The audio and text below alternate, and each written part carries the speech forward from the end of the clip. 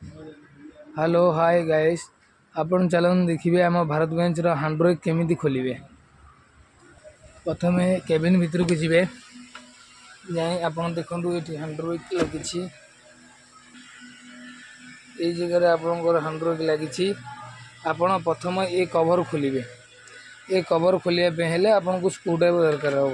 Screw driver धरी आपन ये कवरटा को प्रथम खोलीदे। खोलीदे ऊपर को साइड करने आपन देखो ये भितर आपनकर हैंड ब्रेक रो पाइप कनेक्शन रोची। पाइप कनेक्शन रोची तो से आपन को ये तल वाला कवर खोलिया पड़ो। ये तल वाला कवर खोलिया हेले आपनकर ये जगह रोची दीटा स्क्रू।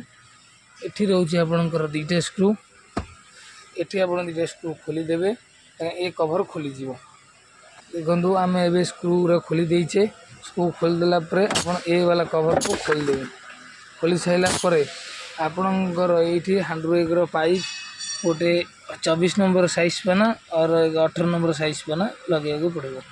आप खोलीदे आप निजे निजे चेंज करें।